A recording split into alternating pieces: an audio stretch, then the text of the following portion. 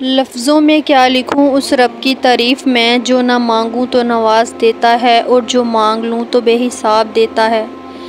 صرف اللہ ہی ہے جس پہ امید رکھو تو اندھیرے میں بھی راستہ نکل آتا ہے۔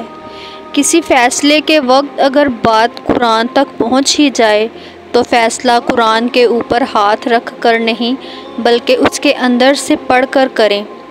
تجھے کیا سناؤں میرے اللہ، تیرے سامنے میرا حال ہے، تیری ایک نگاہ کی بات ہے، میری زندگی کا سوال ہے۔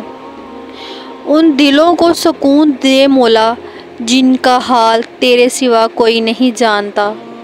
قرآن پاک وہ نور ہے جو زندگی کے اندھیروں میں روشنی دکھاتا ہے۔ اللہ کے فیصلوں پر یقین رکھو، زندگی بہت آسان ہو جائے گی۔ محبت اللہ سے ہو تو مزہ دیتی ہے، نہ خوف ہے جدائی کا، نہ خطرہ بے وفائی کا۔